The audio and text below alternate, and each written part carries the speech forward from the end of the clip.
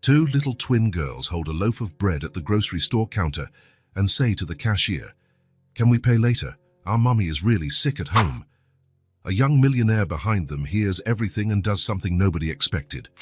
The door chime jingled as Dylan Carter stepped into the small neighborhood grocery store. The old air conditioner barely coped with the morning heat, creating that warm atmosphere typical of family-run establishments. Dylan adjusted the sleeve of his dark suit, feeling immediately out of place among the modest shelves and linoleum floor. The man behind the counter continued arranging products without looking up. Dylan grabbed a shopping basket and disappeared between the aisles, grateful for the lack of attention. He rarely came to this part of the city. His penthouse at the Pinnacle was only a few blocks away, yet it felt like an entirely different world. He walked through the narrow aisles without a clear purpose, picking up random items.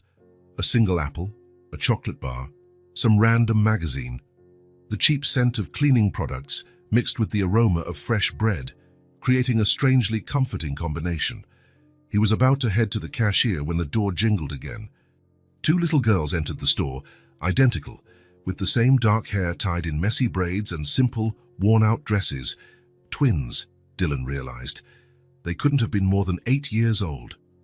There was something about their posture, a mix of determination and nervousness that caught his attention.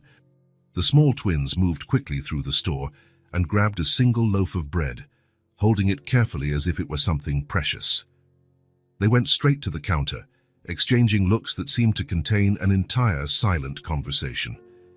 Dylan stayed between the shelves, inexplicably interested in that small everyday scene. "Good morning," said the store owner, looking at the girls with a neutral expression. "Good morning, sir," they replied in unison, their voices small but clear. "Just the bread today." One of them nodded, while the other placed the merchandise on the counter. The man punched the price into the cash register. "That's $3.25. The twins exchanged another glance, and then the one who seemed slightly more confident took a step forward. "Can we pay later?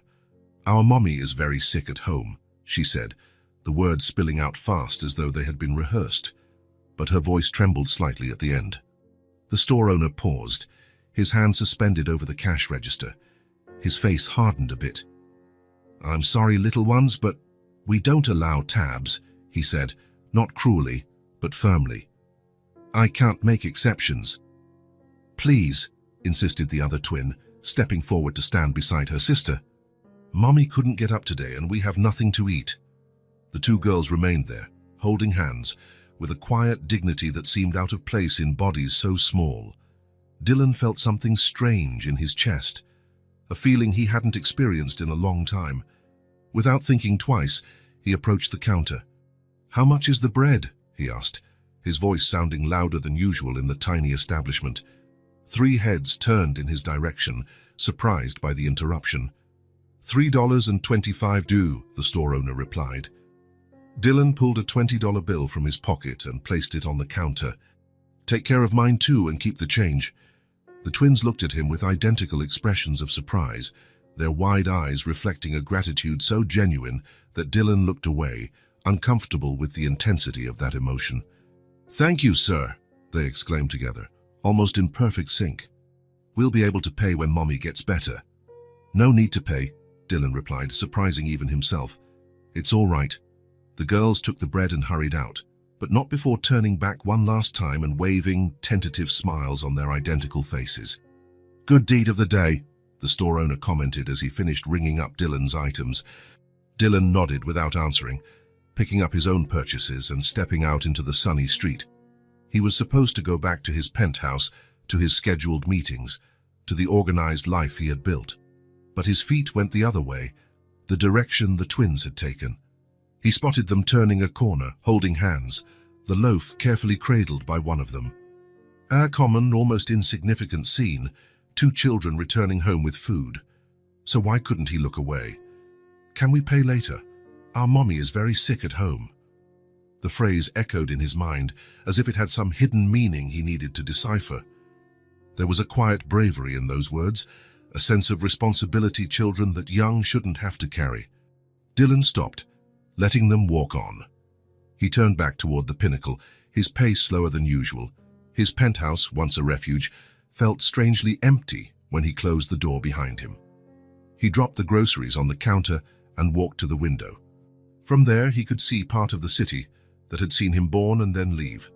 To study, to work, to build an empire, and finally to return as a stranger.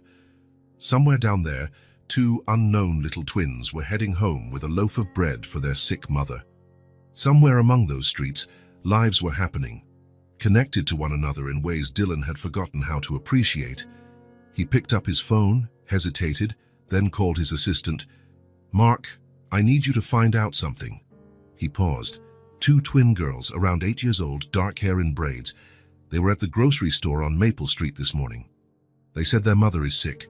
I want to know who they are and where they live. He hung up before being questioned about his sudden interest. He wouldn't know how to explain it.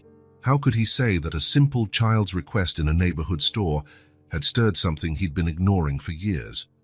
Dylan sat down on the sofa, feeling the silence of the apartment in a new and uncomfortable way.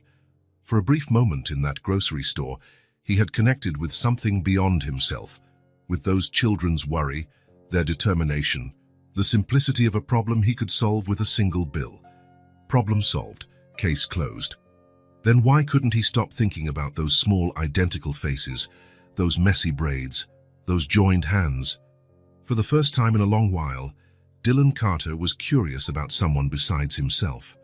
And part of him knew that this casual encounter had planted a seed that would change something in his perfectly controlled life. From the top of the pinnacle penthouse, the city looked like a neat toy, its pieces perfectly fitted. Dylan remained still by the floor-to-ceiling window, a forgotten glass of whiskey in his hand. The amber liquid reflected the sunset as the city's lights began to switch on one by one, like artificial stars. It was a view many would pay fortunes for. In fact, they did. The other floors of the pinnacle housed executives, celebrities, heirs, people Dylan knew by name but rarely by their stories. People like him, or at least, like he used to think he was.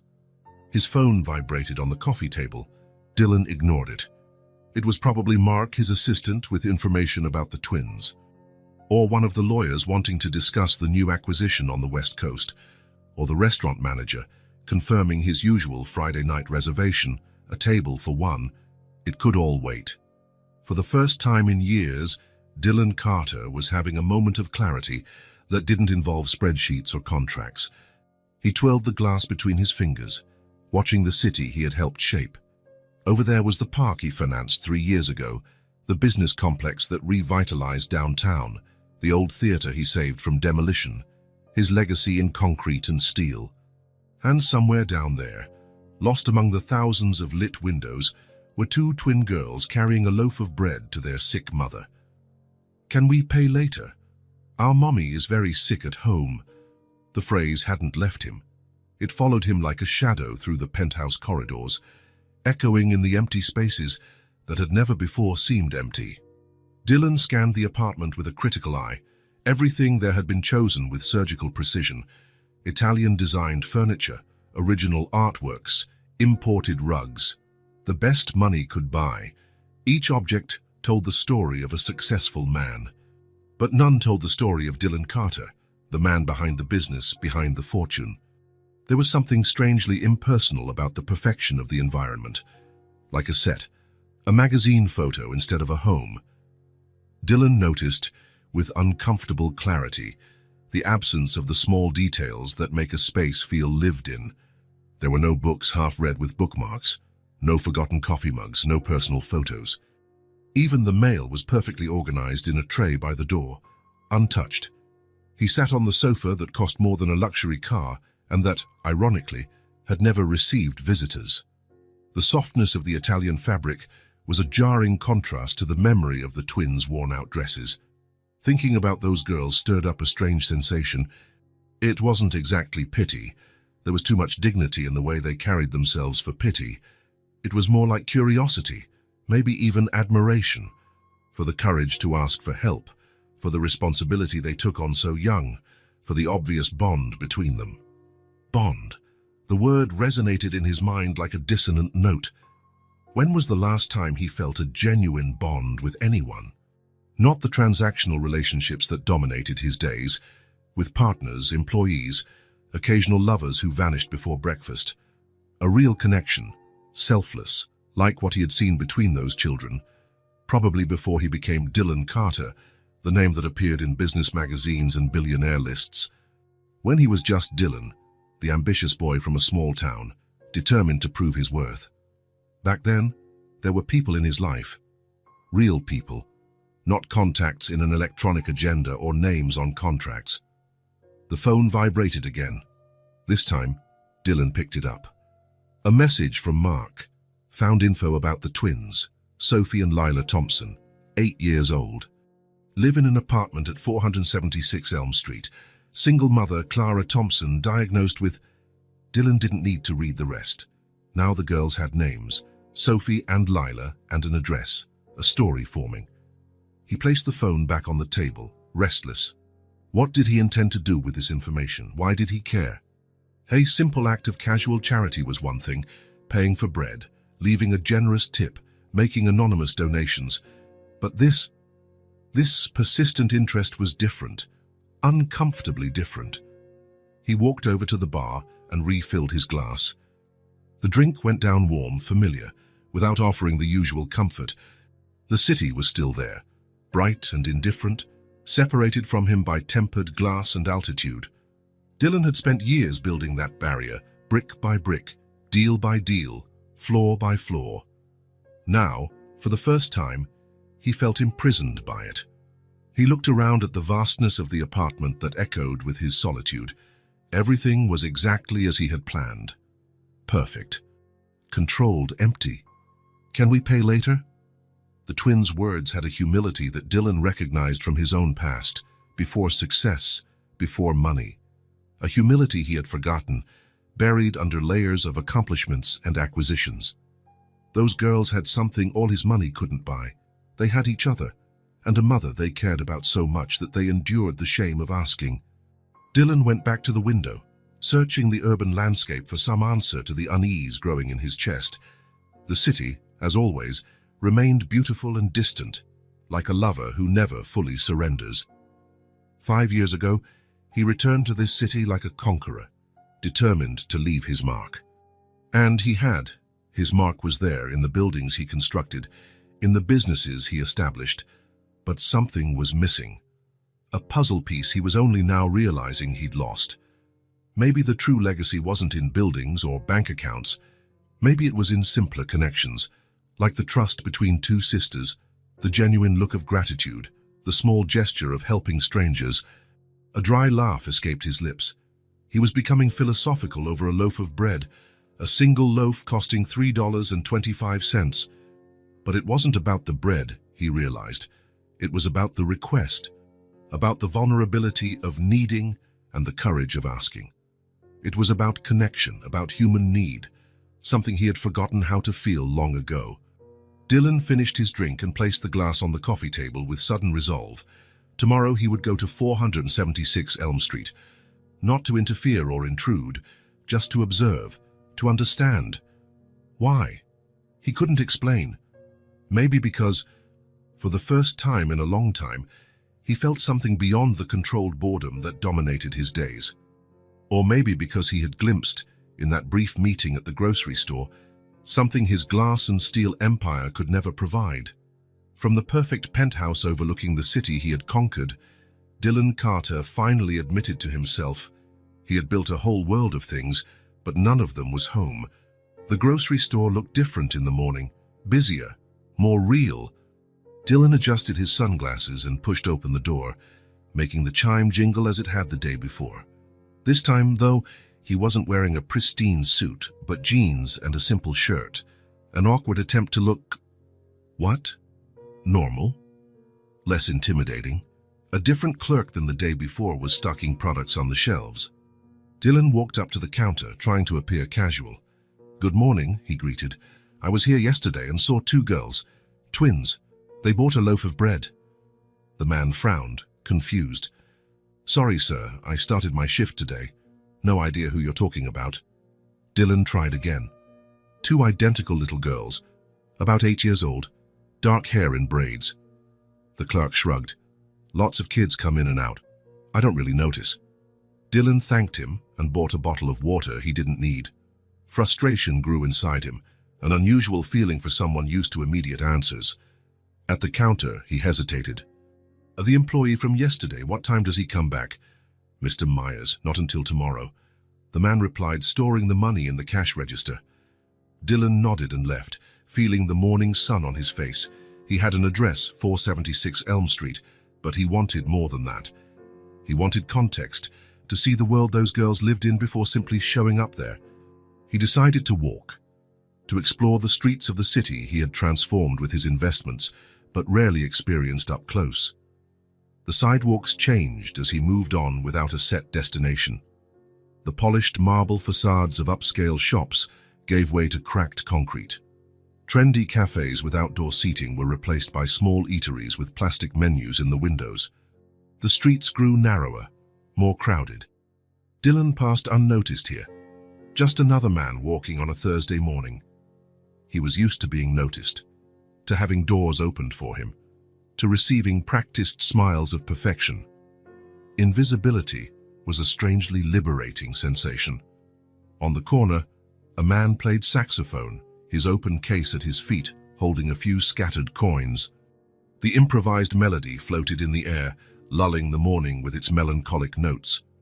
Dylan stopped to listen, letting the music seep into places long silenced within him. When the saxophonist finished the song, Dylan placed a $20 bill in the case.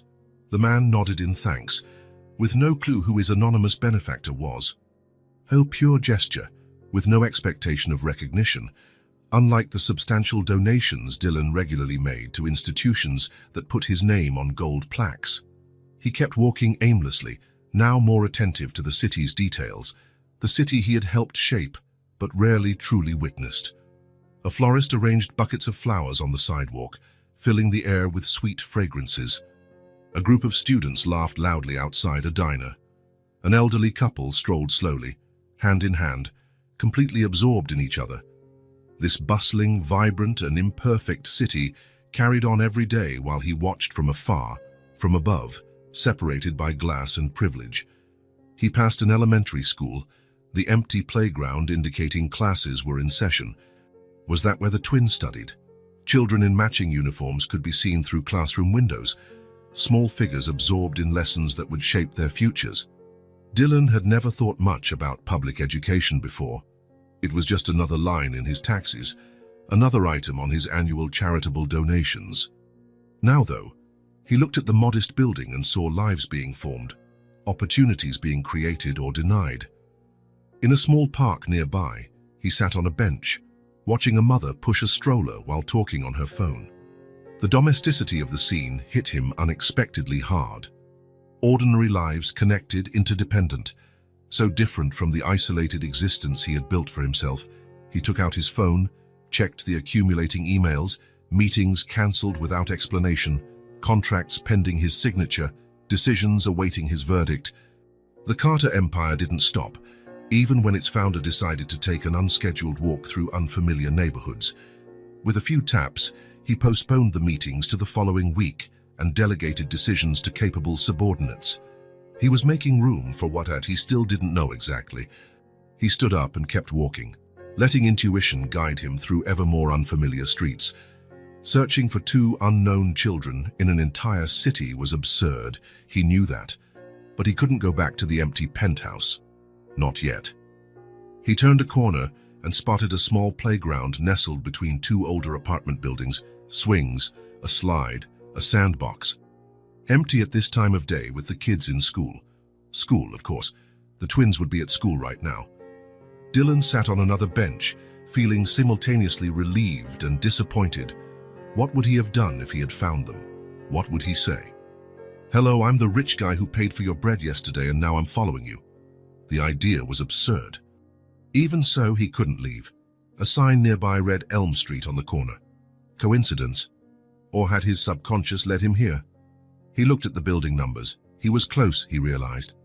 The housing complex at 476 Elm Street must be one of those faded red brick buildings lining the street. Built decades before the real estate boom Dylan had helped fuel, They weren't rundown but bore the weight of years and deferred maintenance. Windows with makeshift curtains, potted plants trying to add life to small balconies, clothes hanging to dry on improvised lines, lives happening, imperfect, struggling, persisting. Dylan watched the people coming and going, an elderly man walking a small dog, a teenage girl with headphones, a delivery guy carrying packages, all part of a social fabric from which he, in his glass tower, had completely isolated himself. He remembered the twins, their identical faces, the silent determination in their posture. "Can we pay later? Our mommy is very sick at home." It wasn't just about a loaf of bread, he realized. It was about connection, about responsibility, about belonging to something bigger than oneself, things he had forgotten, or maybe never truly understood, in his quest for success and control. As he stood up to continue his improvised search, he felt lighter, as if he were descending from an invisible tower he had built around himself. The city he had always viewed as a collection of properties and business opportunities now revealed itself as a living, breathing organism. Not a conquest to be admired from afar, but a place to be inhabited, experienced, shared. Dylan Carter, the man who had built his empire by going ever higher, now discovered that what he truly sought might be at ground level, in the streets, in the chance encounters he had ignored for so long. He kept walking, without a clear destination, but for the first time in years, he felt truly present in the world he had helped create. The afternoon sun was starting to wane when Dylan turned onto a street of modest houses set back from the main avenues. He had been walking for hours, stopping only for a quick sandwich at a corner diner where no one recognized him. The improbable search for two girls in an entire city felt increasingly absurd, but something prevented him from giving up. That was when he heard the laughter, a crystalline, carefree sound coming from an alley between two old buildings. Dylan slowed his pace, drawn by the genuine joy in those children's voices. He approached the entrance of the alley cautiously, not wanting to interrupt whatever was happening. What he saw left him frozen. Sophie and Lila, the twins from the grocery stores, were there, facing away from him, leaning over a large metal dumpster. Their dark hair, still in identical braids, but now more unkempt, swayed as they moved. They wore simple clothes, worn from use but clean. "Found another one of them exclaimed, holding something up Dylan couldn't identify. "Let's see if there's more," said the other, standing on her tiptoes to reach deeper into the dumpster. They were rummaging through trash, but not with desperation or shame. They did it with the naturalness and even joy of children on a treasure hunt, as if there was nothing wrong or sad about that activity. Dylan felt a tightening in his chest. The contrast between the innocence of the laughter and the reality of what they were doing was too painful to watch passively. "Hello," he said, stepping forward.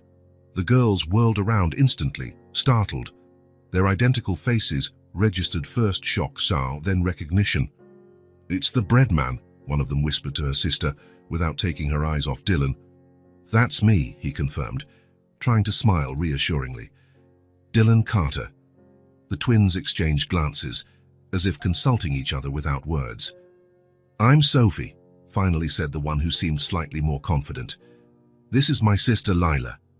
"What are you looking for in there?" Dylan asked, keeping some distance so as not to frighten them.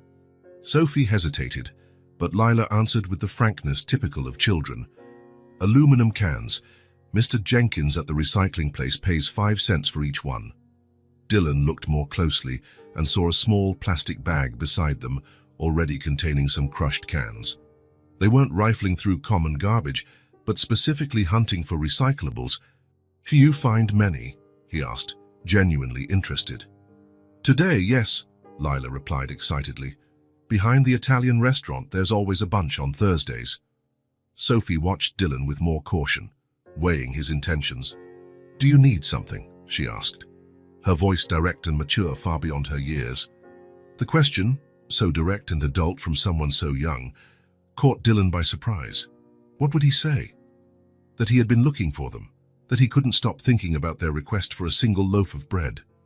"Actually," he began, choosing his words carefully, "I was out for a walk and thought I recognized you." The twins exchanged another quick look. "Do you live around here?" Sophie asked, curious. Not too far. Dylan evaded the details. Do you collect cans often? 3 times a week, Sophie answered with a hint of pride. It's our job. Job, Dylan repeated, surprised by the choice of word. Yes, Lila confirmed. Mommy says everyone has to pitch in. Collecting cans is our part.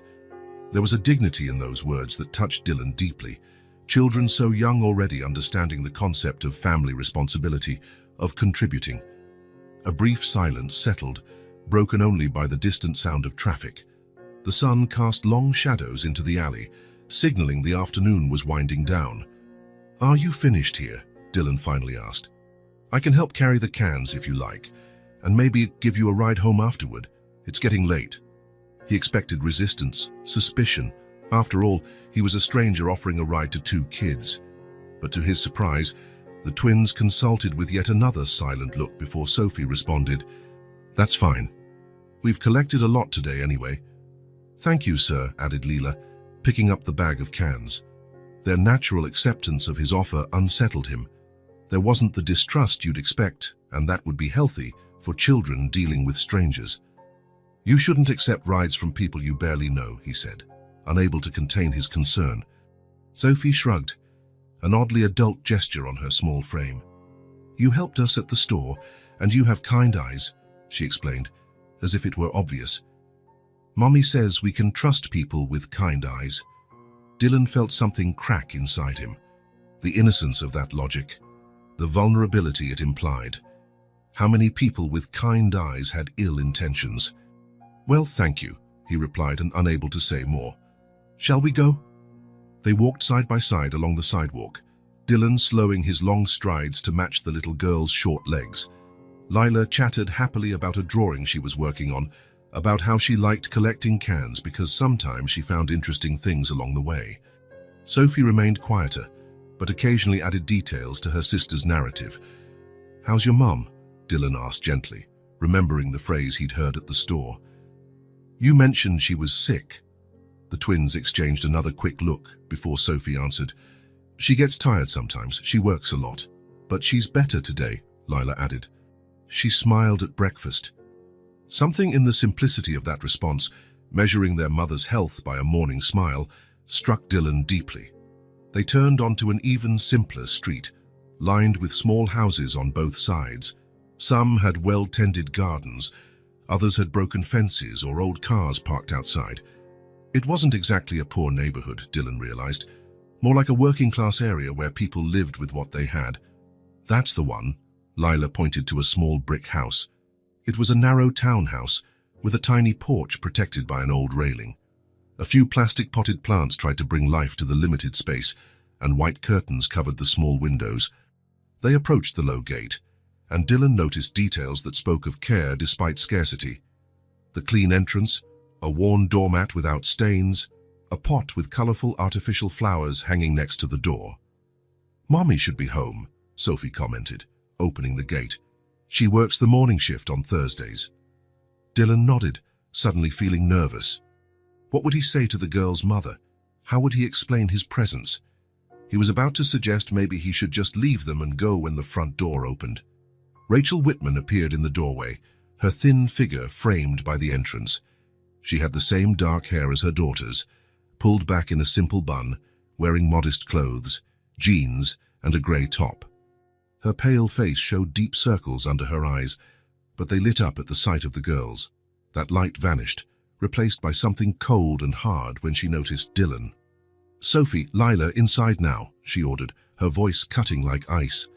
The twins hesitated momentarily, sensing the tension in the air. Mommy, this is Mr. Carter, the man who... Sophie began. I know who he is, Rachel cut her off. Go inside immediately. The girls obeyed, casting confused looks behind them. Lila still clutched the bag of cans, now forgotten in her hand. The door shut behind them, leaving Rachel on the porch, staring at Dylan with eyes that had lost all the warmth they'd shown her daughters seconds before. What do you want with my daughters? She asked bluntly, not bothering with formalities. I found them collecting cans, Dylan explained, staying by the gate, aware this was her territory. It was getting late, so I offered to bring them home. Rachel crossed her arms. her thin body tense like a violin string about to snap. And why would a man like you be interested in two little girls rummaging through trash? The harshness of her question hit him like a slap. I met them yesterday at the grocery store, he replied. They mentioned you were sick. I just wanted to help. Rachel's eyes narrowed dangerously. I'm not sick, and we don't need your help. They seemed worried, Dylan insisted, choosing his words carefully. If there's anything I can do, medicine, doctor's visits. Rich people don't help poor people, Mr. Carter, Rachel interrupted, her voice as cold as a blade. Not without wanting something in return. The bluntness of her statement hit him like a physical blow. He wanted to protest, to say he was genuinely concerned, that he had no ulterior motives, but the words died before reaching his lips. It's not like that, he managed finally. I just want to help. Your daughters are amazing, and if they're worried about your health— My health is none of your business, Rachel cut in, and my daughters are not your charity project of the day. Dylan took a deep breath, trying a different approach. I understand your distrust, Miss Whitman, but the girls said you were sick and needed help. If there's a medical issue, I could— The only issue here is you, standing on my doorstep, trying to buy what's not for sale, Rachel interrupted again. I don't need your fancy doctors or your pity. It's not pity, Dylan insisted. It's humanity. A bitter smile appeared on Rachel's lips. Humanity, she repeated, the word sounding like an insult. It's convenient to discover humanity when you have millions in the bank and nothing more interesting to do. Each word was spoken with calculated coldness, as if she had been saving this speech for a long time, waiting for the chance to use it. You're being unfair, Dylan said, trying to maintain his composure. Life is unfair, Mr. Carter. Something people like you rarely find out. Dylan swallowed the defensive response that formed in his mind. There was something in Rachel's posture, not just anger, but a deep pain, that made him back off. I'm sorry if I gave the wrong impression, he said finally. I really just wanted to help, after hearing you were sick. I'm not sick, Rachel replied, her voice a bit less sharp. My daughters, sometimes they exaggerate. A cold becomes pneumonia in their imagination. It was the first concession, the first moment of vulnerability she allowed. I'm glad you're well, Dylan responded sincerely. Rachel studied him for a long moment, as if trying to gauge his true intentions. Thank you for bringing my girls home, she said at last, her voice still cold but less hostile. But don't come back.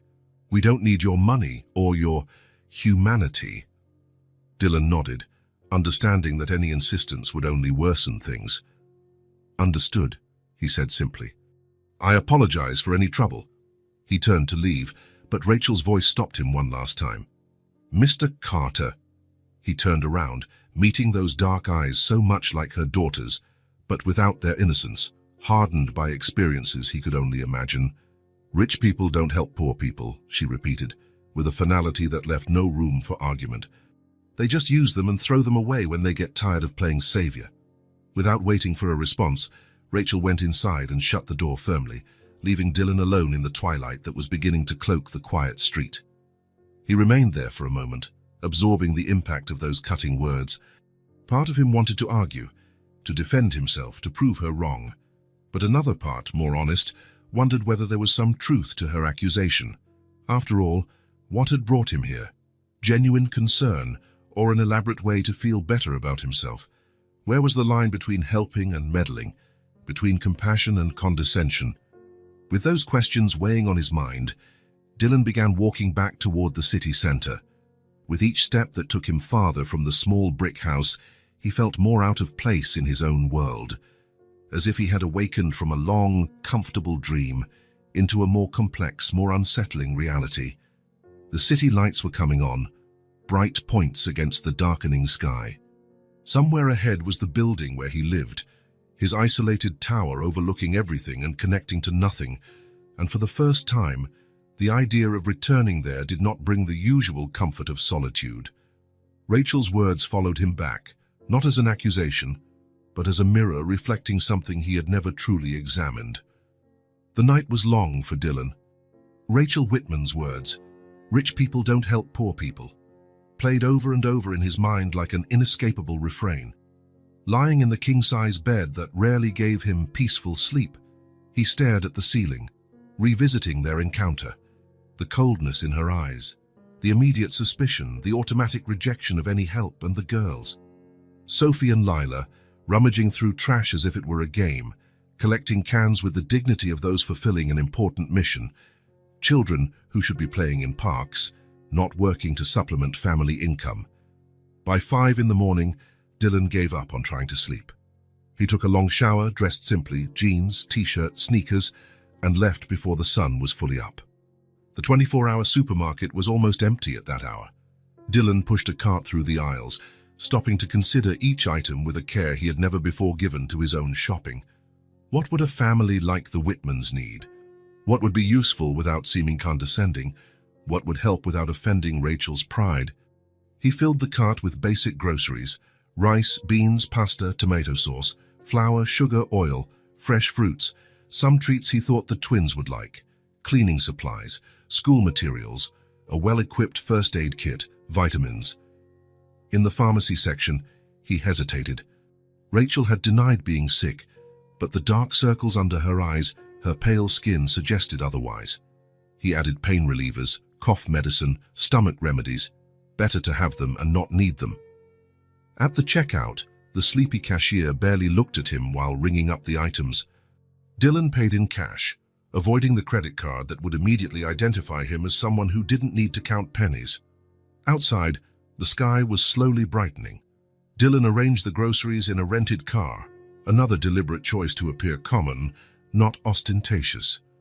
He drove slowly to the Whitman house, parking at a discreet distance. The neighborhood was still asleep. Only a cat roamed the rooftops, eyeing the intruder with suspicion. Dylan carried the bags carefully to the small brick house. In the dim morning light, it looked even more modest. A crack on the side wall, a loose step on the porch, a clogged gutter. Minor issues that would cost a fortune in labor, insignificant for someone with Dylan's resources. He placed the bags gently on the doorstep, arranged so they wouldn't tip over or block the door. On top of the pile, a simple white envelope with no embellishments. Inside, a handwritten note. "If you need anything, I'm at the Breeze Hotel. Dylan Carter." Nothing more. No elaborate message about charity or pity. No attempt to justify the gesture, just a name and a place. A possibility, not an imposition. He looked at the bags one last time, uncertain whether he was crossing some invisible line of dignity Rachel had drawn. But then he remembered the twins, their small hands digging through trash, their genuine smiles despite everything. Some lines might need to be crossed. He walked away quickly, not looking back, not waiting to see their reaction. This wasn't a gesture that demanded witnesses or thanks. It was simply something he felt compelled to do, like answering a call he hadn't realized he was hearing. Rachel Whitman woke to the alarm. 6:30, like every day. 15 minutes before the twins, enough time to prepare breakfast before dropping them off at the neighbor's house so she could work. She rubbed her tired eyes. The persistent headache was still there, as it had been for months, but today it felt slightly less severe. Maybe she was finally getting better.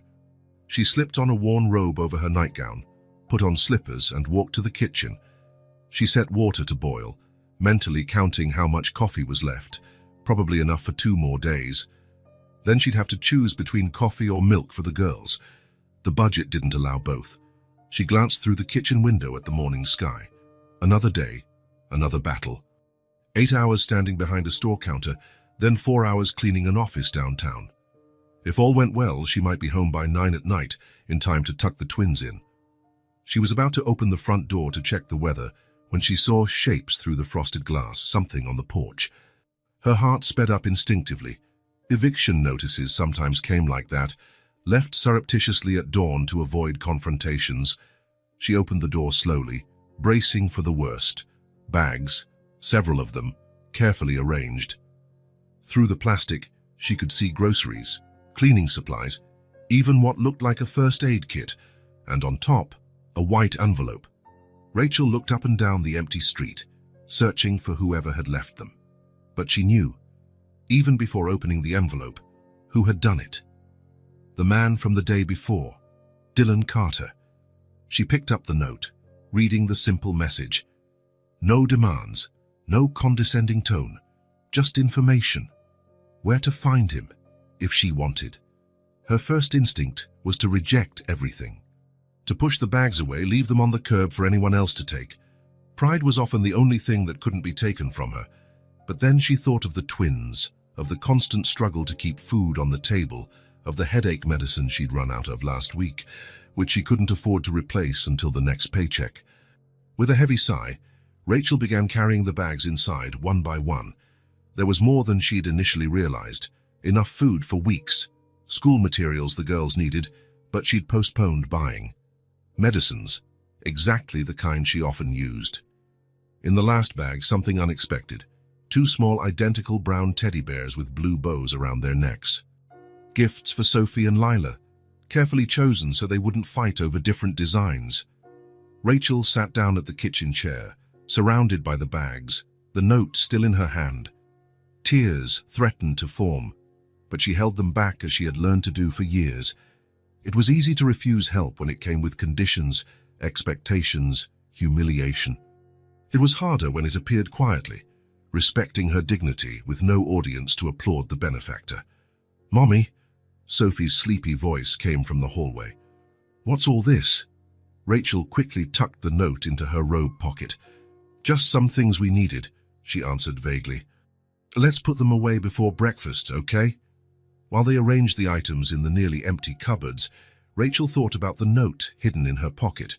She wouldn't throw it away, nor would she use it, not yet, not as long as she could manage on her own, but she'd keep it, like an emergency key, not certain she'd need it, but aware she might someday. "Breeze Hotel," she murmured to herself while the twins excitedly discussed their new teddy bears. An address now committed to memory, even if she never planned to use it. 3 days passed since Rachel found the bags at her door. 3 days in which she tried to ignore the persistent headache that now spread through her entire body, weighing down her muscles like lead. 3 days pretending she was fine, that it was just fatigue and would pass with a good night's sleep, something she never really got.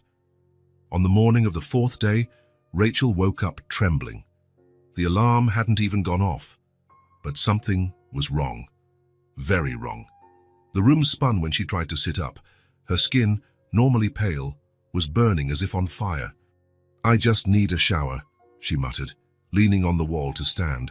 "I just need to freshen up." But her knees gave out before she reached the hallway. The dull thud of her body hitting the floor echoed through the small house. Sophie was the first to wake, always on alert. At 8, she had learned to sleep with one ear open for any disturbance. She jumped out of the bed she shared with Lila and ran into the hallway, finding her mother on the floor, trying to get up. "Mommy," she cried, running to help. "What happened?" "Nothing," Rachel tried to smile, but the effort became a grimace of pain. "I just tripped. Help me up, sweetheart." Sophie tried, but Rachel was too heavy for her thin arms. Lila appeared sleepily at the bedroom door, rubbing her eyes. "Is Mommy sick?" she asked, her small voice full of fear. "No," Rachel insisted, though her body betrayed her words. "I'm just a bit dizzy. If you help me back to bed." The twins stood on either side, their small bodies straining to lift their mother. They managed to drag her back to the bed, where she collapsed, exhausted. Sophie touched her mother's forehead and quickly pulled her hand away, alarmed by the heat. "You're burning up, Mommy. It's a fever." "Just a little one," Rachel mumbled, her eyes heavy. "Go, get yourselves ready, Mrs. Jenkins." "We're not leaving today," Sophie declared, with a firmness that left no room for debate. "We're going to take care of you." Rachel wanted to protest, but the words tangled in her feverish mind. Her eyes closed against her will. "Mommy?" Lila's voice trembled. "Mommy, wake up!" "She's just sleeping," Sophie reassured her sister, though she wasn't certain herself. "Let's get cold water and cloths, like she does when we're sick." The twins worked together with the efficiency born of necessity. They filled a basin with cold tap water, found clean cloths in the kitchen drawer, and went back to the bedroom, placing compresses on their mother's burning forehead and changing them whenever they grew warm. The day wore on. Rachel's fever didn't break. Around noon, she started mumbling incoherent words, her body alternating between violent chills and profuse sweating. "She's getting worse," Lila said, tears shining in her eyes. "I'm scared, Sophie." Sophie was also scared, but she was the oldest by 7 minutes in, as their mom always reminded them, and needed to be strong. She thought about what Rachel would do in this situation. Call a doctor, they couldn't afford it. Neighbors? Most worked during the day. Then she remembered the note, the one her mother thought they didn't know about, but Sophie had seen it hidden in the kitchen drawer next to their small emergency funds box. "I'm going to find help," she decided, getting to her feet. "Stay with her, keep changing the cloths. I'll find someone." "Who?" asked Lila, holding her mother's feverish hand. "The bread man, the one who brought the teddy bears." Lila's eyes widened. "Mommy said not to talk to him." "Mommy is really sick," Sophie replied, already heading to the kitchen. "And he has kind eyes, remember?" She found the card exactly where she expected, grabbed it and shoved it into her pocket. She hesitated for a moment, wondering if she should change out of her pajamas, but urgency won out. "I'll be right back," she promised her sister. "Lock the door and only open for me." The midday sun was ruthless when Sophie stepped outside. The card said Breeze Hotel. She'd never been there, but she knew where it was, downtown, near that tall glass building. It wasn't too far, but for 8-year-old legs, it might as well have been a journey across the world. Still, she started walking, running at first, then sprinting, fear fueling her determination. People stared curiously at a little girl in pajamas running alone, but no one stopped her. No one asked if she needed help. Sophie ignored the looks, focused on going forward. Her breathing burned, her bare feet hurt on the hot sidewalks. But she didn't slow down. Mommy needed help. Nothing else mattered. Dylan was in the lobby of the Breeze Hotel, about to head to a meeting, when he noticed a commotion near the revolving door. Employees had gathered, whispering and pointing to someone, or something, that had just come in. That was when he saw her. Sophie, still in pajamas, hair disheveled, feet dirty, face flushed with tears and sweat. She looked lost and desperate in the luxurious reception area. "Sophie!" Dylan crossed the lobby in long strides, kneeling in front of her. "What happened? Where's your sister?" "Mommy," Sophie choked out between sobs. "Mommy's really bad." The fear in the little girl's eyes was palpable, raw. Dylan felt his chest tighten. "Is she home?" "Lila's with her." Sophie nodded, unable to speak more. She held out the crumpled card to Dylan, as if that explained her presence and her boldness in seeking him out. "Let's go," he said, scooping her up without hesitation. "My car's outside." Ignoring the curious stares of other guests, Dylan carried Sophie to the parking lot. He gently placed her in the passenger seat, fastening her seatbelt. "Everything will be okay," he promised, trying to sound more confident than he felt. "We're going to get your mom right now." The drive to the Whitman's house never felt so long. Sophie gave directions in short, halting sentences between sobs. Her worry for her mother was so tangible. Dylan could almost touch it in the car's confines. When they arrived, Lila was at the door, hopping from foot to foot in anxiety at the sight of the car. She ran to them before Dylan even cut the engine. "She won't wake up properly," Lila sobbed, clinging to Dylan's hand as soon as he got out. "She tries to talk, but it doesn't make sense." Dylan followed the twins inside their modest home. The contrast between the hotel's luxury and this simple place was never so stark and so irrelevant. In the small bedroom, Rachel lay on the bed, covered despite the heat, her body visibly shaking. Warm, damp cloths dotted around her head. Her face, normally pale, was flushed and covered in sweat. "Rachel," Dylan called softly, stepping closer. "Can you hear me?" Her eyes opened briefly, unfocused. "The girls," she murmured. "Take care." "They're fine," he reassured her, touching her forehead. The heat radiating from her was alarming. "I'm here to help. I'm taking you to the hospital." A feeble protest died on Rachel's lips as another wave of shivers racked her body. Dylan wasted no more time. Carefully, he wrapped her in the sheets and lifted her into his arms. Grab your teddy bears, he told the twins, who watched in fear. And anything else you want to bring. We might be out for a while. While the girls ran off to gather their belongings, Dylan carried Rachel to the car, settling her gently in the back seat. Her body felt too light, he realized grimly, like she had been wasting away for some time. Sophie and Lila returned quickly, each holding a small backpack and clutching their teddy bears to their chests. Get in, Dylan instructed, and buckle up. On the drive to the hospital, he made several calls, activating contacts to ensure there would be no wait or red tape upon arrival. The Carter name opened doors, and for once, Dylan felt genuinely grateful for that power. When they got to the ER, a team was already waiting. Rachel was swiftly transferred to a stretcher and taken inside, leaving Dylan with two scared little girls clinging to his legs. "Where are they taking Mommy?" Lila asked, tears rolling down her cheeks. "To take care of her," Dylan explained, kneeling to their level. "The doctors will make her better." "Is she going to die?" Sophie asked in a whisper, carrying the weight of a deep and familiar fear. "No," Dylan answered firmly. "She won't, I promise." A promise he had no right to make, but felt compelled to offer. The twins looked at him with that mix of distrust and hope only children can express, wanting to believe, but already learning that adults can't always keep promises. They were taken to a waiting room, quieter than the main area but still public. Dylan sat on one of the blue vinyl couches, the twins immediately settling on either side of him, as if afraid to be apart.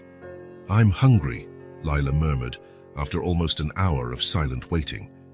Dylan realized that in the middle of the emergency, no one had thought about food. What time was it? It was already past 3. They probably hadn't had lunch. "Let's get something to eat," he said, standing up. "Then we can ask about your mum." In the hospital cafeteria, the twins ate in silence, their eyes occasionally darting to Dylan as if scared he might disappear too. "You were very brave today," he tried to distract them. "Especially you, Sophie, coming to find me alone." "Mommy says we have to be brave," she replied, fiddling with her straw, "but I was scared." "Being brave doesn't mean not being scared," Dylan said. "It means doing what needs to be done even when you're scared." The girls thought about it, nodding slowly. When they returned to the waiting room, a doctor was waiting for them. "Mr. Carter," he asked, extending his hand. "Dr. Mercer, I'm taking care of Miss Whitman." "How is she?" Dylan asked immediately. The doctor briefly glanced at the twins before responding, choosing his words carefully.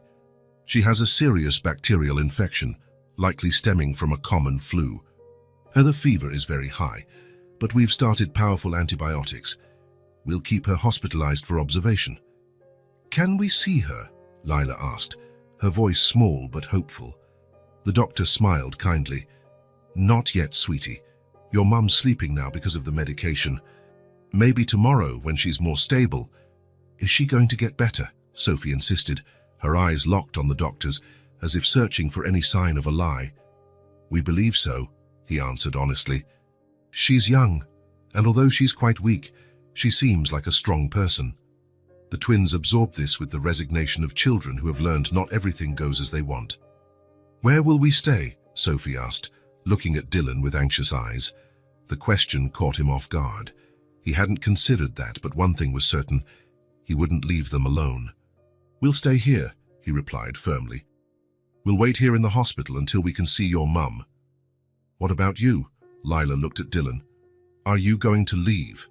The vulnerability in that simple question hit Dylan like a punch. How many times had these girls been left?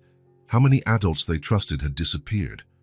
"No," he answered, surprising himself with the certainty in his voice. "I'm not going anywhere. I'll stay with you." The identical expressions of relief on the girls' faces almost broke his heart. The next few hours passed slowly. Traffic in the hospital eased as night set in.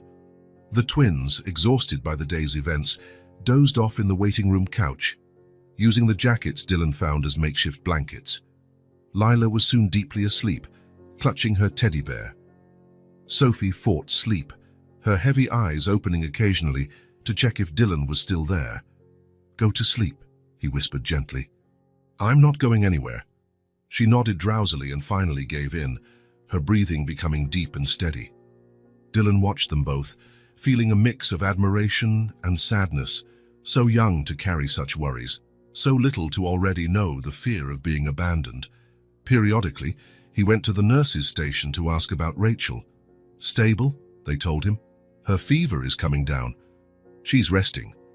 Around midnight, a nurse approached him, an older woman with a maternal yet efficient air.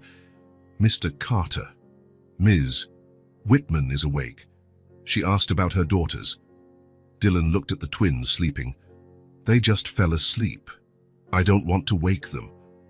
The nurse nodded understandingly. It's best to let them rest, but... She hesitated. Ms. Whitman also asked about you. Dylan felt a spark of surprise. Me? Yes? She seemed concerned whether you were still here with the girls. Casting one last glance at Sophie and Lila, confirming they were comfortable, he followed the nurse. Rachel's room was quiet except for the rhythmic beep of monitors. Soft lights illuminated her face, still pale but no longer feverish. V-lines delivered fluids and medication to her thin arm. When Dylan entered, her eyes opened slowly. They focused on him with a clarity missing earlier. The haze of high fever had lifted. The girls was the first thing that left her dry lips. They're asleep in the waiting room, Dylan answered, stopping at a respectful distance. They're fine. Worried about you, but fine. Rachel nodded slightly, seeming relieved. Then concern returned to her features. You could have left, she said, her voice weak but firm. You already did more than enough. I couldn't leave them alone, he replied simply. Rachel studied him for a long moment, like trying to solve a complex puzzle. Why? She finally asked. Why are you doing this? A simple question. But Dylan knew it carried the weight of years of disappointments and abandonments. Because no one should go through this alone, he said sincerely. And because your daughters are incredible. And because... He paused, searching for the right words. Because sometimes people just need someone to stay. Rachel briefly closed her eyes, as though those words were too much to process in her weakened state. I can't stay here, she murmured. I can't pay. I don't have insurance that covers. Don't worry about that now, Dylan interrupted gently. Just rest. I'll take care of the girls. A simple, direct promise. No grand statements or elaborate offers, just the assurance that for this moment, she wasn't alone. Rachel looked at him intently, as if searching for dishonesty or ulterior motives. She found only sincerity. Thank you, she finally whispered, her voice barely audible. Rest, Dylan repeated. I'll look after the girls. We'll be here when you wake up. She nodded, eyes already closing, the exhaustion and medication pulling her back to the sleep she desperately needed. Dylan left quietly, returning to the waiting room where the twins slept. He sat on the couch beside them, preparing for a long night. A hospital staffer offered him a blanket and pillow, which he accepted with a silent nod of thanks. As he settled in for what he knew would be an uncomfortable night, Dylan reflected on how life could change in an instant. A week ago, he hadn't known Rachel Whitman or her daughters. He had no idea these three interconnected lives existed, struggling to make it in an often hostile world. Now he was here, in a hospital waiting room, watching over two little girls who trusted him enough to sleep at his side. Bound to a promise he made to a woman who, until recently, saw him with suspicion and resentment. Life was strange, unpredictable. The twins stirred in their sleep, Sophie muttering something unintelligible. Dylan adjusted the blanket over them, more gently than he ever thought himself capable of. He didn't know what would happen tomorrow or the next day, or when Rachel recovered. He didn't know how he would explain his days away from work or what repercussions there might be. He didn't know if Rachel would accept his help once she was strong enough to refuse it again. He only knew that, for now, he was exactly where he needed to be. For the first time, someone was simply staying. The hospital had its own rhythms, Dylan soon discovered. The organized rush of mornings when doctors made their rounds, the relative calm of afternoons when visitors filled hallways with hushed voices and careful steps, the peculiar stillness of nights broken only by nurses' murmurs and the constant beep of monitors. After 3 days, Rachel was moved to a regular room. Her body responded well to antibiotics, the fever finally under control, though weakness lingered. The doctors mentioned discharging her soon if she kept improving. Dylan established a routine. In the mornings, he handled the most urgent business matters by phone or email, giving precise instructions to his assistants. Early in the afternoon, he arrived at the hospital with something in hand: a book for the twins, a simple bouquet for Rachel's room, or food better than cafeteria fare. The girls waited for him with growing anticipation, stationed by the door or at the window overlooking the corridor, alert at any sign of his arrival. "Dylan!" Lila would inevitably shout upon seeing him, running to him, all initial reserve forgotten. Sophie maintained a bit more composure, waiting for him to enter before hugging him, but hug him she did, her small body pressing against him in a gesture of newfound trust. Rachel watched these interactions from her bed, her expression carefully neutral.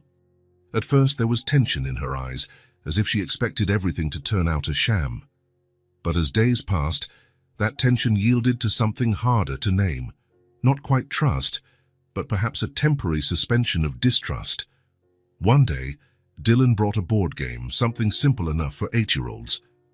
"I've never played this," Sophie admitted, examining the colorful pieces. "I'll teach you," Dylan offered, sitting on the small space at the foot of Rachel's bed. "It's not hard." The twins settled in next to their mother, who shifted slightly to give them room, suppressing a small grimace of pain, though not quickly enough to escape Dylan's notice. "Should we play at the table?" he suggested, concerned. "Give you more space to rest." "I'm fine," Rachel replied, her first voluntary contribution to the conversation since he arrived. "I'd like to watch the game too." That simple sentence, an admission that she wanted to participate, even as a spectator, felt like a small victory.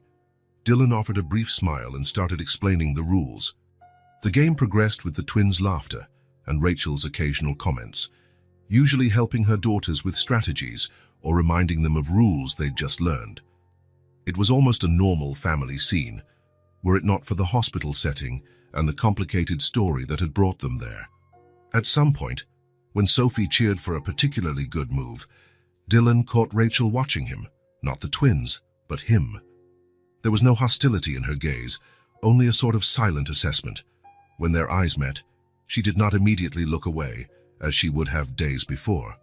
She held his gaze for a few seconds, then turned back to the game. A faint, almost imperceptible nod, the only acknowledgement of the moment they had shared. The next day, Dylan brought books, one for each twin, carefully selected after noticing their interests. For Lila, a colorful volume of reimagined fairy tales with vibrant illustrations. For Sophie, more reserved and thoughtful, a story about a girl who discovers a secret world in her attic. "How did you know I'd like this?" Sophie asked, leafing through the pages with genuine admiration. Dylan smiled. "You remind me a little of the main character, observant, curious." Sophie soaked up the compliment with a small, proud smile. "Thank you," Rachel said when the girls were engrossed in the books, her voice low, almost hesitant, as though still testing the sensation of gratitude. "You're welcome," Dylan replied simply, making no fuss over the moment. The days followed their course. Dylan's visits became part of the routine in room 312. Nurses greeted him by name. Some even saved him the comfiest chair when they knew he was on his way. One afternoon, he brought his laptop, and at the twins' request, showed them photos of places he had visited: snow-covered mountains, white sand beaches, ancient cities with fairy tale architecture. "Can we go there someday?" Lila asked, pointing to a picture of dolphins leaping in turquoise waters. The question hung in the air, loaded with implications. It was a "we" that included Dylan. It was hope for a future beyond the hospital. "Maybe," Dylan answered carefully, aware of Rachel's gaze. "The world is full of amazing places to see." Later that day, after the twins went with a hospital volunteer to grab some ice cream, Rachel ended the comfortable silence that had settled between them. "You don't have to answer their questions about the future," she said, her voice holding more resignation than bitterness. "They're kids. They don't understand how things work." Dylan considered his words before replying, "And how do things work, Rachel?" She looked away, toward the window, where afternoon light cast patterns on the linoleum floor. "People help when it's convenient. Then they go on with their lives." The simplicity of that statement, the calm certainty of someone who knows the pain of abandonment, cut Dylan deeply. "Not always," he said. Rachel didn't argue, but her silence spoke volumes of skepticism. When the twins returned, carrying an extra ice cream for Dylan, "We chose chocolate because everyone likes chocolate," the conversation was left hanging. On the eve of her discharge, Dylan arrived earlier than usual. He found Rachel sitting on the edge of the bed, trying to fold the few clothes they had brought from home. "Let me help," he offered, moving forward to pick up one of Lila's small t-shirts. Surprisingly, Rachel didn't protest. She simply moved aside, making room for him to sit. They folded clothes together in silence, while the twins colored activity books a nurse had given them. "Thank you," Rachel said softly after a few minutes. "Not just for this." "For Vitas," she gestured vaguely, as if trying to encompass everything. The hospital, caring for the girls, being constantly there. "You're welcome," Dylan said, understanding all that was left unsaid.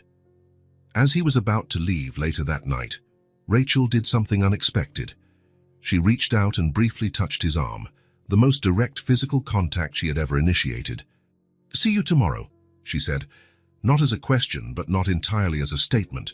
There was a disguised vulnerability, a hesitant invitation. "See you tomorrow," Dylan confirmed. On his way back to the hotel, he realized he was smiling for no apparent reason.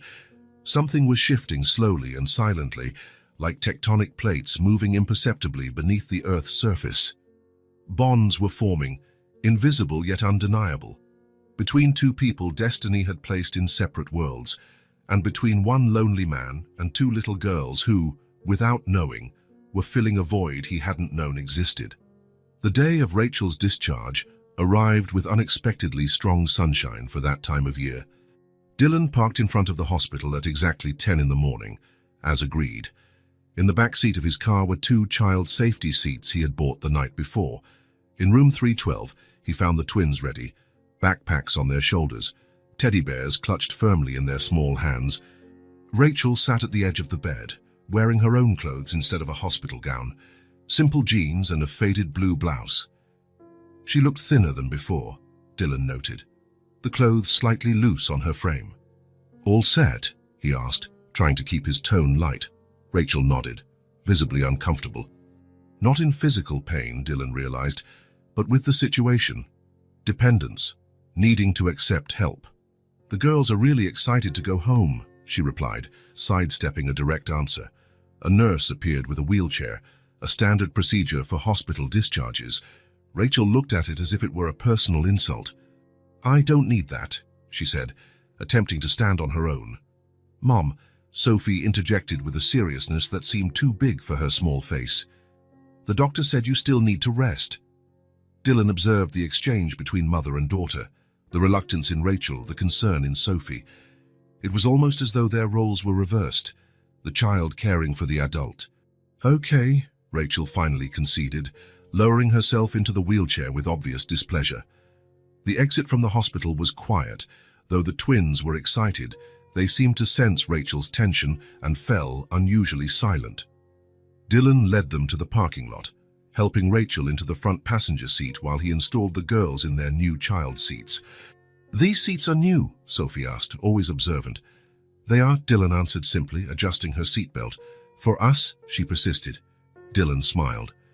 "Who else would they be for?" The drive back to the Whitmans' house was mostly filled with Lila's excited voice, pointing out everything she saw through the window, as if rediscovering the world after being confined to the hospital. Rachel remained silent, gazing out at the passing scenery, occasionally closing her eyes when the car jolted. When they arrived, Dylan noticed Rachel hesitate. Her house, once a refuge, now presented a physical challenge, steps to climb, meals to cook, responsibilities to resume.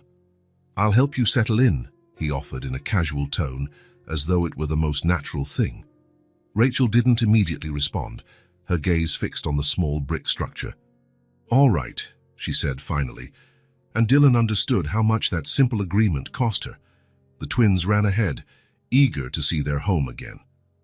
Dylan offered his arm to Rachel to help her up the entrance steps. After a moment's hesitation, she accepted. Her touch was light, just enough to keep balance, but Dylan sensed the symbolic weight of the gesture. The house was exactly as they'd left it days before. Small, modest, but impeccably clean and organized. The bags of groceries Dylan had brought before Rachel's hospitalization were still partially visible in the kitchen cabinet. "I'll fix us something to eat," Dylan decided, heading to the kitchen naturally. Rachel followed, lightly supporting herself on the furniture as she moved. "You don't have to," she said, but without her usual firmness. "I know," he replied, already opening the fridge to see what was available. "But I want to." The twins entered the kitchen, having already dropped their backpack somewhere else in the house. There was something comforting in the ease with which they resumed their routine, as if the hospital days had been just a brief interruption. "Can I help?" Sophie offered, stepping closer to Dylan. "Me too," Lila added, not wanting to be left out. "Sure," Dylan smiled. "Sophie, could you grab the plates?" Lila, the forks and knives. Watching her daughters eagerly take on tasks, Rachel sat at the small kitchen table. Something in her expression, a mix of gratitude and apprehension, made it clear she was witnessing something both precious and perilous.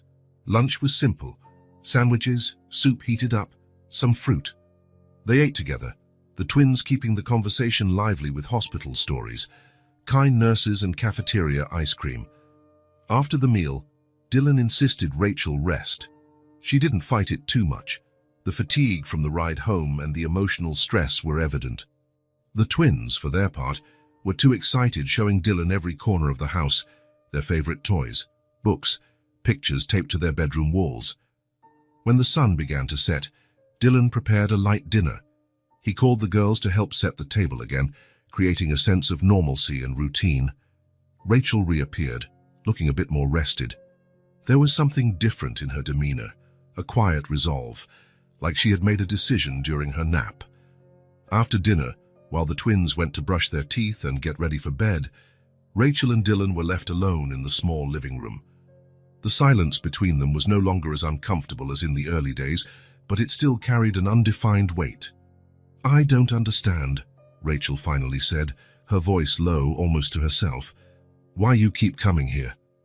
It wasn't exactly a question, but Dylan sensed it deserved an answer. "Because I want to help," he said simply.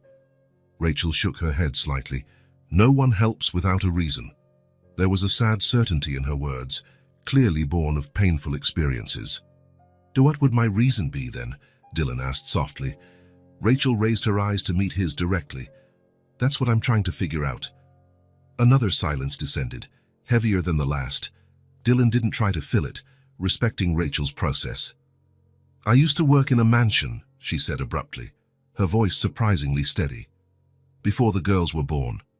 Housekeeper, cook is whatever they needed. The family was wealthy, powerful. The youngest son—" She paused and taking a deep breath. "When I got pregnant, they fired me. No warning, no references, nothing. Threw me out. Like trash that could stain their reputation." Dylan remained still, aware of the privilege it was to hear this story, aware of how much it cost Rachel to share it. "I'd tried to sue, got threatened. Lawyers, intimidation." A bitter smile curved her lips. "I learned quickly how the world works. Ever since, I've learned to survive, alone." The last word carried so much weight, so many untold stories. Alone, even with 2 daughters to raise. Alone against a system that favored the powerful. Alone in her distrust of any offered help. "And then you show up," she went on, studying Dylan's reaction. "Rich, generous, interested in the girls. And I wonder, what do you want in return?" The frankness of her question was raw, painful, but also liberating. Everything was finally on the table. "I didn't come here to save you, Rachel," Dylan answered after a moment. "I'm not here to be a hero or to feel better about myself." He paused, carefully choosing his next words. "I just want to be around, if you let me. No expectations, no strings attached. Rachel studied him for a long moment, as though she could decipher hidden truths by the intensity of her stare. "The girls like you," she said finally. "I like them," Dylan replied sincerely. "They're extraordinary kids." The sound of the twins returning from the bathroom broke the moment. Lila came running, already in pajamas, hair damp from washing. "Will you tell us a story?" she asked Dylan with the ease of someone who already considered his presence a given. Rachel took in the scene, the hope in her daughters' faces, the gentleness with which Dylan responded. Her expression softened almost imperceptibly. "Just one," she agreed, surprising everyone, including herself. "Then it's bedtime." As Dylan followed the girls to their bedroom, he felt Rachel's gaze trailing after him. There was no longer the initial hostility, nor the cutting distrust. Just watchfulness, cautious but with a slight opening, like a door that after years locked, finally cracks open to let in a bit of light. The Breeze Hotel lobby was quiet when Dylan arrived. The night doorman gave a discreet nod as he crossed the foyer toward the private elevator leading directly to the penthouse. At some point in the past weeks, he had stopped registering these small gestures of deference that had always punctuated his life. The elevator rose silently, the illuminated numbers marking the ascent. 5, 6, 7. Each floor took him further from the world below, from the modest apartment he had just left Rachel and the twins in. When the doors opened onto the expansive penthouse, Dylan hesitated before stepping out. For a fleeting moment, almost imperceptible, he felt like a visitor in his own domain.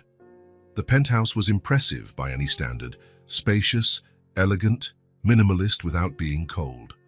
Large panoramic windows framed the nighttime city, its lights twinkling like artificial stars. A living work of art, constantly in motion. Dylan walked to the bar, poured himself a whiskey, then stopped, glass in hand, absorbing the silence. Not the same silence he'd found in Rachel's house after the twins went to bed. Over there, the silence felt alive. Small noises in the old house, the gentle breathing of sleeping children, the occasional creak of wood. A lived-in silence. Here the silence was different, perfect. Manufactured, isolated from the world by architectural design and financial privilege. He wandered through the rooms slowly, as if truly seeing them for the first time. The living room with its Italian sofa that never hosted a gathering of friends, the gourmet kitchen where he rarely cooked. The master bedroom with its king-size bed, impeccably made by the hotel staff every morning, whether used or not. Stopping before one of the windows, Dylan contemplated the view for which he paid a small fortune. The city stretched below, its shape defined by illuminated roads and shimmering buildings. Far off, almost beyond sight, lay the neighborhood where Rachel and the twins lived. Too small to discern from this height, the contrast could not be clearer. Here, up high, was everything money could buy. Down there, a family struggled to pay bills, to buy bread to survive with dignity. He recalled Rachel's words. "When I got pregnant, they fired me, they threw me out." How many times in his years of business had he seen similar stories? Employees dismissed for being inconvenient, people treated like replaceable parts in a bigger machine. How many times had he looked away, accepting such practices as simply the way the world works? Dylan sank onto the sofa, whiskey still untouched in his hand. Unexpectedly, he remembered Lila's voice asking for a bedtime story, her wide, trusting eyes fixed on him. He remembered Sophie correcting her sister about some detail, always watchful, always protective despite her age. He remembered Rachel's expression as she watched them together, cautious, evaluating, but no longer hostile. A soft laugh escaped his lips, echoing strangely in the empty space. What irony! He, Dylan Carter, whose decisions impacted entire markets, whose name opened doors, whose fortune could buy almost anything, seeking acceptance from a family that could barely afford their bills. He took a sip of whiskey, feeling the amber liquid burn gently down his throat. "I never had a family," he murmured to the emptiness. "I only learned how to live up high alone." Spoken aloud for the first time, the words carried surprising weight. It was true, he realized. An orphan raised by distant guardians and boarding schools, he learned early to rely only on himself, to view relationships as transactions. to maintain emotional distance as a survival strategy. His adult life only reinforced those lessons. In business, his reputation as a ruthless negotiator was almost legendary. Even his few friends only knew the public, controlled, successful Dylan. He rarely allowed himself to be vulnerable. And now, he was drawn to a family that offered nothing but themselves. No useful connections, no strategic advantage, no tangible benefits. Just two girls with easy smiles, and a woman whose distrust had been carved by life's hardness. He rose, walking back to the window. This time, he tried to imagine the view from Rachel's small apartment. What would it be like to look up at these distant skyscrapers, each light representing someone with more resources, more opportunities, more security? A strange feeling formed in his chest. Not exactly guilt, but a sort of belated understanding. For years he believed height protected him. That distance was synonymous with power. Now, he was beginning to realize it also meant isolation. The penthouse, which had always been his refuge, suddenly felt too big, too empty.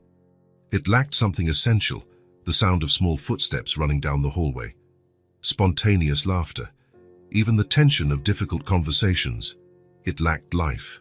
Dylan finished his drink and placed the glass on the coffee table. Tomorrow he would go back. He'd bring something for dinner, maybe help the twins with some task. Maybe Rachel would let him stay a bit longer. Maybe, with time, he could prove that not every rich man threw people away when they became inconvenient. It was a modest beginning, without big promises or dramatic proclamations, just a quiet decision to keep showing up, to keep being there. He headed to the bedroom, unbuttoning his shirt as he walked. The silence followed him, as it always did. But for the first time in a long while, he wasn't at peace with it. For the first time, the silence felt less like a luxury and more like an absence. In the king-size bed, lying alone under the high ceiling, Dylan stayed awake for a long time. His thoughts drifted through the city, descending from the luxurious hotel to the small apartment where 3 people slept, a family united by bonds no amount of money could buy. The digital glow of the bedside clock marked the slow passage of hours. 2 in the morning. 3. Eventually, the city lights began to go out, one by one. Dylan watched that slow darkening, thinking how the most important lights, those hidden in small houses, in genuine smiles, in hard-won gestures of trust, couldn't be seen from his privileged viewpoint. He finally closed his eyes, letting the penthouse silence envelop him. Tomorrow he would go down again. Tomorrow, for a few hours, he would trade all this silent luxury for the noisy chaos of a small apartment, where for the first time in many years, he did not feel alone. A week passed since Rachel's return home from the hospital. Dylan kept his word, stopping by daily with groceries or ready-made meals, helping with small household tasks, and spending time with the twins. The initial tension had eased into an almost comfortable routine, though there were still hesitant moments from both sides. That Saturday morning, Dylan arrived earlier than usual. He carried only a thin folder under his arm, instead of his usual shopping bags. Rachel noticed the difference immediately when she opened the door. "Good morning," he greeted, a subtle formality in his tone that hadn't been there before. "Good morning," Rachel answered, stepping aside to let him in. Her gaze briefly rested on the folder, but she didn't ask about it. The twins were still asleep, taking advantage of the weekend's freedom. The house was quiet, bathed in the gentle morning light filtering through the thin curtains. "Coffee?" Rachel offered, heading to the kitchen. Her mobility had improved greatly, though she still moved carefully. "Thank you," Dylan accepted, following her. The small kitchen, with its worn floor but spotless cleanliness, had become the scene of many cautious conversations in recent weeks. It was where Rachel felt most comfortable, her domain, her place. While she prepared coffee in the old machine, Dylan sat at the round table, placing the folder carefully at his side. The silence between them wasn't awkward, but it carried a certain expectancy. "You look better," he observed, noticing her smoother movements. "I am," she agreed, pouring 2 cups of coffee. The medicine helped. It was safe small talk, but both knew he hadn't come this early. folder in hand just for that. Rachel sat opposite him, hands around her coffee cup as if seeking warmth. Her eyes finally settled on the folder. "You have something to tell me," she stated, not as a question. Dylan nodded, taking a sip of coffee before answering. "There's a position open at the Breeze Hotel's laundry," he said directly. "Steady, secure. With health benefits." He paused, gauging her reaction. "It's not charity, it's your choice." Rachel went still, her eyes locked on the coffee cup. Dylan could almost see the battle on her face, distrust versus need, pride versus pragmatism. "Why?" she finally asked, looking up. "Because you deserve a fresh start," he answered simply. "Because you're qualified. Because you need stability." Rachel shook her head slightly, not in refusal but as if trying to sort through her thoughts. "You own the hotel," she said without accusation, just stating a fact. "People will talk." "I'm one of the investors," Dylan corrected gently. "I'm not involved in daily operations. The hiring decision would be up to Margaret, the HR manager. She needs someone reliable and efficient." Rachel stood abruptly, moving to the kitchen window. Outside, the small backyard basked in the morning sun. She stood there for a moment, back to Dylan. "I already have 2 jobs," she said distantly. "The store and the cleaning job at the office." "I know. I barely see the girls." "I know that too." Rachel turned slowly, her expression a complex blend of emotions. "How much does it pay?" she asked. "Practical? Grounded?" Dylan named a fair, competitive amount, not so high as to seem like disguised charity. He saw Rachel's eyes doing quick calculations, mentally rearranging budgets and possibilities. The sound of small footsteps interrupted the moment. Sophie appeared in the kitchen doorway, still in pajamas, hair tousled, eyes sleepy but watchful. "Morning," she said, glancing between the adults, picking up on the serious atmosphere immediately. "Morning, sweetheart," Rachel answered, her tone automatically softening. "Hungry?" Sophie nodded, but her gaze remained on Dylan and the folder at the table. Ever observant, she missed nothing. "What's going on?" she asked directly. Rachel hesitated, looking from her daughter to Dylan, then back to Sophie. "Mr. Carter is offering me a job," she said honestly. "At the hotel?" Sophie's eyes widened slightly. "Are we going to live at the hotel?" A brief smile touched Rachel's lips. "No, sweetheart. I'd be working there, in the laundry." Before Sophie could respond, Lila appeared behind her, rubbing her sleepy eyes. "Dylan!" she exclaimed, her face lighting up immediately. Without the reserve her sister had, she ran to hug him. Dylan accepted the hug with a smile, noticing Rachel's expression. She no longer seemed distrustful, just cautious, with a hint of something close to affection. "Let's have breakfast," Rachel decided, turning back to the stove. "Then we'll talk more." Breakfast was lively, the twins sharing elaborate dreams and making plans for the day. Dylan joined the conversation, answering their questions, laughing at their stories. But he noticed Rachel was distant, lost in silent considerations. Later, when the girls ran out to the small backyard to play, Rachel finally spoke. "If I accept, would it be possible?" She hesitated, as though the words took physical effort. "Would it be possible to get an advance? Just part of the first paycheck?" "Of course," Dylan answered casually, understanding how difficult it was for her to ask. "I can arrange that today." Rachel nodded, looking out the window at the twins playing. Sophie was setting up some game while Lila hopped excitedly around her. "I accept," she said firmly, the words coming out strong despite the evident internal battle. She turned to Dylan. "I'm tired of just surviving. I want to live with dignity." The simplicity of that statement carried the weight of years of struggle, tough choices, pride bent but never broken. "When can I start?" she asked. Decision made, bringing new determination to her posture. "Monday," Dylan replied, pulling documents from his folder. "Here are the details. Shift from 8 to 4 Monday through Friday." Rachel took the papers, eyes scanning quickly. "That means," she did the math, "I can pick up the girls from school every day." "Yes," Dylan confirmed, noticing how that detail seemed more important than any other benefit. She stood silently for a moment, absorbing the reality of this change she was about to embrace. Then, unexpectedly, she extended her hand across the table. "Thank you," she said simply. Dylan shook her hand, feeling the calluses on her fingers, the marks of years of hard work. "You're welcome." The next few weeks brought subtle yet significant changes. Rachel adjusted quickly to her new job, her natural efficiency impressing even the most experienced co-workers. The twins seemed lighter, knowing their mother would be there at the end of each school day. Dylan kept a respectful distance, visiting only on Saturdays, bringing small gifts for the girls, talking with Rachel about everyday matters. He never mentioned work during those visits, nor the fact that his influence had helped her advance quickly in the laundry structure. 2 months after she started, on a particularly hot Saturday afternoon, Rachel greeted him with a different look, a mix of pride and anxiety. "I found a place," she announced without preamble, as soon as the twins ran outside to play. An apartment, small but with 2 bedrooms. Dylan felt a genuine smile forming on his lips.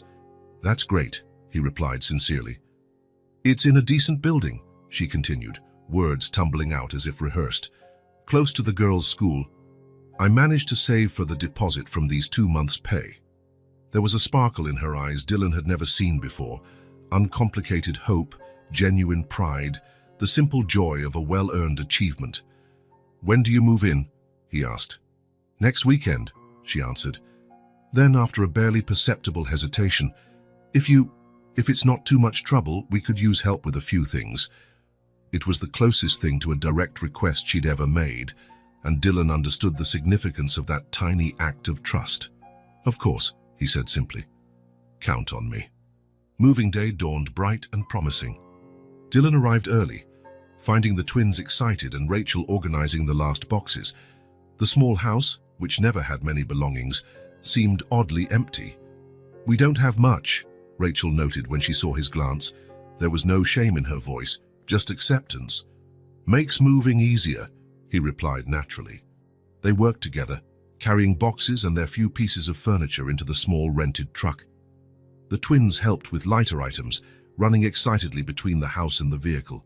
There was a buoyancy in the air, the promise of a new beginning making even the hardest tasks feel easier. The new apartment was on the 3rd floor of a modest but well-kept building. The old elevator fit only 2 people at a time, turning the process of unloading into a small logistical adventure that made the twins giggle with each trip. When the last box was finally placed in the living room, Rachel paused to take it all in. The apartment was small, a compact living room kitchen area, 2 tiny bedrooms, a simple bathroom. The walls needed a fresh coat of paint, the laminate floor showed wear in spots, but light poured generously through the windows, and from the tiny balcony one could see a bit of blue sky. The twins dashed around exploring, their voices echoing off the still empty walls, immediately filling the space with life. Dylan stood by the entrance, giving Rachel space to experience the moment. He watched as she ran her hand over the kitchen counter, tested a shelf's sturdiness, opened and closed the bedroom door, small gestures of someone claiming her territory. "I can set up a few things before I go," he offered when she returned to the living room. Over the next few hours, Dylan assembled a simple bookshelf, fixed a loose hinge on a kitchen cabinet, hung curtains in the bedrooms. He worked quietly, answering occasional questions from the twins, who watched with fascination, learning the names of the tools, offering their brand of childish help. By the time the sun was setting, bathing the living room in golden light, the transformation was evident. It wasn't just the physical tasks, there was something more subtle at play. The empty apartment was becoming a home. The twins' teddy bears now held a place of honor on the small living room shelf. Rachel's books, few but well loved, lined another. A simple framed photo of the twins rested on the table. Dylan packed up his tools, sensing it was time for him to leave. This was their achievement, their moment, their space. "I think that's everything for now," he said, heading toward the door. Rachel walked him out while the twins continued excitedly unpacking their childhood treasures. Shells from some outing, colored stones, carefully saved drawings. The corridor outside was quiet. Only a distant radio from a neighbor's apartment broke the silence. "You don't know how much this means to us," Rachel said, her voice low but resolute, gesturing around as if indicating not just the apartment, but everything, the job, the help, the constant presence. Dylan smiled, offering no verbal reply, sensing that any words would diminish the moment. He simply nodded, acknowledging the weight of her statement. For a moment, he stood there, gazing past Rachel into the apartment. The twins had returned to the living room, unpacking a box of small childlike treasures. Rachel turned to look as well, seeing the same scene. It was just a start, Dylan knew. There were still many challenges ahead, many unmet needs, a lot of history to overcome. But in that moment, watching them create a home, he felt certain he had contributed to something valuable, not with money or power, but with presence and respect. With a final wave, he turned and walked down the corridor, leaving them to their first night in the new place. His footsteps echoed on the tile floor, each one carrying him physically away, but somehow drawing him closer to that small family who, without realizing it, had begun to fill the empty corners of his own life. Autumn had arrived, painting the city's trees in shades of red and gold. Mornings brought that peculiar mist soon burned off by the sun, leaving the air crisp and fresh. Dylan woke early, as he did every Sunday. The routine was almost a ritual now, getting up before 7, taking a long shower, dressing in simple but well-kept clothes, then heading downstairs to the bakery near the hotel. "The usual Mr. Carter?" asked the baker, already bagging a batch of freshly baked artisanal bread still warm from the oven. "Yes, please. And those cinnamon cookies, too." That was another element of the ritual, the cookies for the twins, who waited eagerly for his arrival. He never showed up empty-handed, though he'd learned to keep the gifts modest. It wasn't about buying affection, he realized months ago. It was about consistency, the commitment to always be there, even if just with simple gestures. The building where Rachel and the girls lived wasn't anything remarkable. 3 floors of modest apartments, a facade needing new paint, a small communal garden that various tenants tended with varying degrees of care. But to Dylan, the simplicity had its own kind of beauty, beyond anything a luxury hotel could offer. He took the stairs instead of the elevator, another habit picked up since Sophie declared, "Stairs are more fun than those boring boxes that go up." On the 3rd floor, he paused briefly to adjust the bag of bread and cookies before knocking softly on door 304. He didn't have to wait long. The door opened almost immediately, revealing Lila in cloud-patterned pajamas, hair still rumpled, face bright with a smile. "Dylan!" she shouted, as if his arrival was always a delightful surprise despite its weekly regularity. "Sophie, he's here!" Sophie appeared right behind her sister, more composed but just as pleased. "Did you bring the bread?" she asked, ever practical. "And cookies," he replied, handing over the bag into their eager hands. The living room kitchen area was flooded with gentle morning light. In the past few months, the space had changed considerably. It was still small, still simple, but now carried the distinct personality of its occupants in every detail. Colorful cushions on the small sofa, handmade by Rachel during her downtime. The twins' drawings framed in inexpensive but well-chosen frames, plants in various stages of growth, a new hobby Rachel had taken up. "Good morning," Rachel greeted from the kitchen where she was making coffee. Her hair was in a casual bun, a few strands framing her face. She wore sweatpants and a simple t-shirt, Sunday clothes, comfortable clothes. "Morning," Dylan replied, noticing how different she looked now, not just physically, although the deep circles under her eyes were gone and her features seemed softer. It was in her posture, her movements. The constant tension she once carried had been replaced by a calm born of not having to fight daily, just to survive. "Coffee's almost ready," she said, with that half-smile that had become more frequent in recent months. The twins had already placed the bread on the table and were carefully retrieving the cookies. This too had become part of the Sunday ritual, setting the table for breakfast. Lila laid out napkins, always folded in different shapes, her creativity blossoming with new security. Sophie organized plates and utensils with precision, double-checking everything was in its right place. Dylan took his usual spot, not a chair, but sitting on the rug by the window, leaning against the small sofa, There were only 4 chairs, and though Rachel insisted he could take one, he preferred that corner. From there, he could see the entire living area, watch the sunbeams on the walls, and feel part of the space without overtaking it. Rachel brought over the coffee in simple glass cups, no matching mugs, no fine china. She handed one to Dylan, their fingers briefly touching in the exchange. "Thank you," he murmured, accepting the warm drink. The aroma of coffee mixed with the fresh bread, creating that particular Sunday morning scent, now etched into his memory. The twins sat on the rug beside him, forming a small informal circle. Rachel joined them after a few minutes, bringing her own mug and a plate of sliced bread. "How was your week?" Dylan asked, though he already knew bits of it from casual phone calls throughout the days. "Sophie won the spelling bee," Lila announced proudly before her sister could answer.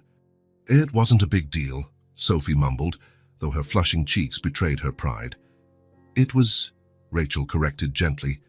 "The teacher said it was the highest score in 5 years." Dylan smiled at Sophie. "Congratulations. That calls for a special celebration." "We already celebrated," Lila informed. "Mom made a cake, and we saved you a slice," Sophie added, standing to fetch it from the fridge. This was the new normal, small inclusions, simple gestures that made him part of their routine, part of their celebrations, part of their lives. It wasn't discussed or formalized. It just happened organically, like water finding its course. Sunday breakfast stretched on lazily, as it always did. No one had to rush, no one had appointments. The twins shared school stories. Rachel talked about her plants finally flowering, and Dylan told a funny anecdote about an eccentric hotel guest. Laughter filled the small apartment, making it feel bigger, more expansive. Later, at the nearby park, Dylan and Rachel sat on a bench under a broad tree, watching the twins chase soap bubbles. "I never imagined this," Rachel said quietly after a few minutes, gazing at her daughters, who laughed as they ran after the shimmering bubbles. "What?" Dylan asked. "This peaceful Sundays, not having to count coins for every meal. Seeing the girls just being kids, not tiny adults worrying." There was a contained emotion in her voice that Dylan rarely heard, vulnerability Rachel generally kept under tight control. "They're extraordinary children," he replied, watching Sophie help a younger kid climb the slide. "They are," Rachel agreed, a gentle smile curving her lips. "Much stronger than they should ever need to be." Another comfortable silence fell between them. In the distance, Lila waved enthusiastically, showing them how high she could swing. "You know," Rachel said, her gaze still on her daughters, "when you showed up that day at the grocery store, I thought you were just another rich guy trying to feel good about himself." Dylan said nothing, letting her continue. "Then, when you left the groceries at the door, I still thought it was something temporary, that you'd get bored and move on." She turned to face him. "But you stayed." The simplicity of that statement carried enormous weight. In the months following her hospital stay, Sunday after Sunday, Dylan had simply stayed. No big declarations, no promises, just present, consistent, reliable. "You all stayed too," he replied softly. On the walk back to the apartment, with the sun beginning its descent, Dylan observed the 3 walking ahead of him, Rachel in the middle, a twin on each side, hands joined, forming an unbreakable unit. He trailed behind a few steps, part of the group, yet respecting the sacred bond among them. Back at the small apartment, while Rachel prepared a simple dinner and the twins showed Dylan their latest school projects, he reflected on how his life had changed. He still lived in a luxury hotel, still ran his businesses, still frequented the same elite circles, but the most vital part of his existence was here, in this modest apartment, sitting on the floor among children's drawings. He hadn't saved them, he realized. In truth, they had saved something within him. Something he hadn't known was lost until he found it in them. Those 3 lives, connected by bonds no adversity could break, had shown him what really mattered. And so he stayed. One Sunday, much like any other, sitting on the floor of a small apartment with coffee in a simple glass cup and crumbs of fresh bread on the table, Dylan Carter finally discovered where love truly lived.